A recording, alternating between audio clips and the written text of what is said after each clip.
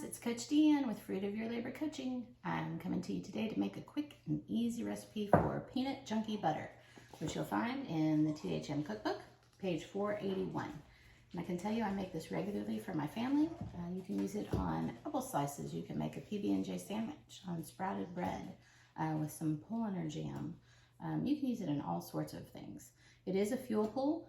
And I don't make mine exactly like the recipe in the book, so I'm going to show you how I do it, but please always know you can refer to page 481. It's also on the membership site, so you can do it either way. I start with pouring a little bit of water. I measure out a cup of water, but I pour a little bit in first, just so I've got some liquid in the bottom. It makes it a little bit easier to stir. And then I'm going to put in what I have as a squirt of MCT oil, which is a little over a teaspoon. So again, when you look at the measurements on the recipe, you may see that that's a little bit different than what's in there, but it's not going to affect the fuel type. So then I have 1.5 cups of peanut butter flour. I'm going to pour that in and just kind of stir as I go. And you can always add more water to make it thinner or less if you want it thicker.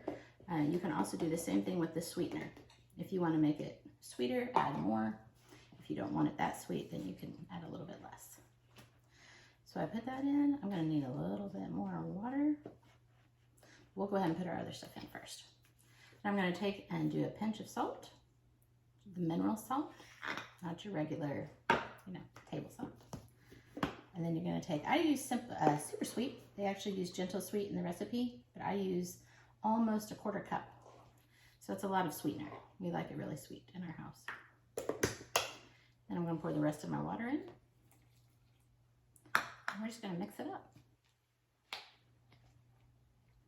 Once you get it mixed up, you can just leave it in a sealed, airtight type container in your refrigerator.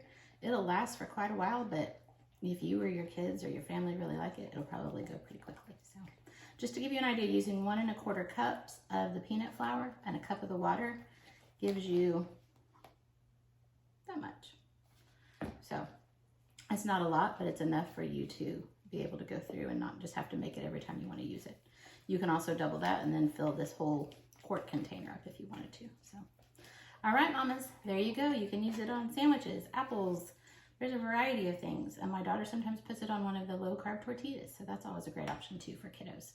So remember, we're looking for progress, not perfection.